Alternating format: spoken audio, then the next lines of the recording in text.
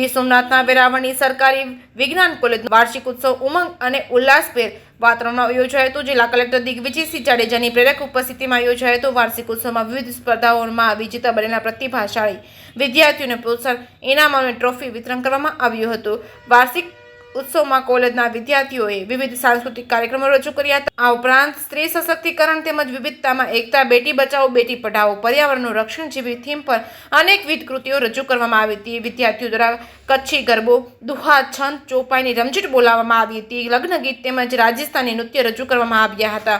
આ વાર્ષિક ઉત્સવના અંતે નિબંધ સ્પર્ધા, વાર્તા લેખન, વક્તૃત્વ સ્પર્ધા, સૂર્ય નમસ્કાર, યોગાસન, ડિબેટ, ચેસ, બેડમિન્ટન વગેરે વિવિધ સ્પર્ધામાં વિજેતા થયેલા વિદ્યાર્થીઓને કલેક્ટર અને અન્ય મહાનુભાવોના હસ્તે પ્રોત્સાહન ઇનામ અને ટ્રોફીથી સન્માનિત કરવામાં આવ્યા હતા।